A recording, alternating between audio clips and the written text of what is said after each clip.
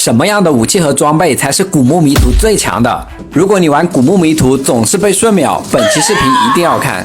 由于古墓迷途可以穿戴的装备一共能有11件，如果你有全套极品装备，那么它的极品属性就能叠加11次，数据会非常的逆天。所以我们一定要学会分辨极品武器和装备。这第一步就得先搞懂什么是极品武器。第一个看品质，品质越高，它的伤害就越高。你看同一把横刀，轮回有103的伤害，而降星只有86，这差距就非常大。第二，破煞值，破煞值越高，不仅可以提升角色的外观，还能在探险模式中增加伤害。第三个也是最重要的，看词条。目前古墓近战武器一共有14个词条，而热武器一共有19个词条，每个词条都有不一样的功能。所以如果你是猛攻玩家，那么能加伤害的词条就是好词条。如果你是老六，能增加移动速度和开箱速度的词条就非常有用。如果你是奶妈，减伤再加恢复的词条最合适。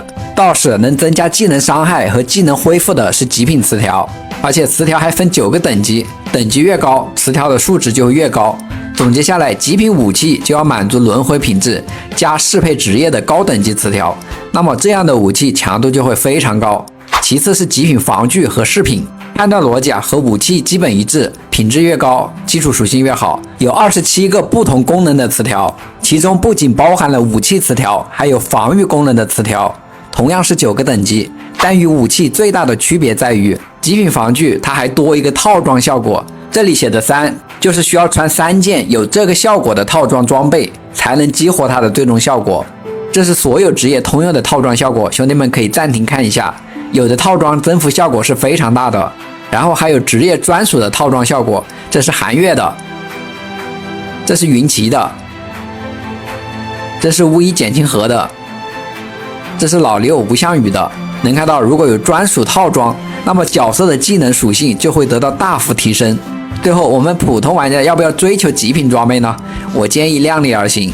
这样的装备在交易行一件就要几百万轮回石，想要凑一套至少要上千万轮回石，而且金色以上的装备和变卖物赛季末都会清除。普通玩家我们可以优先收集金色品质的极品武器和装备，给自己保个底，然后再去收集轮回品质的装备。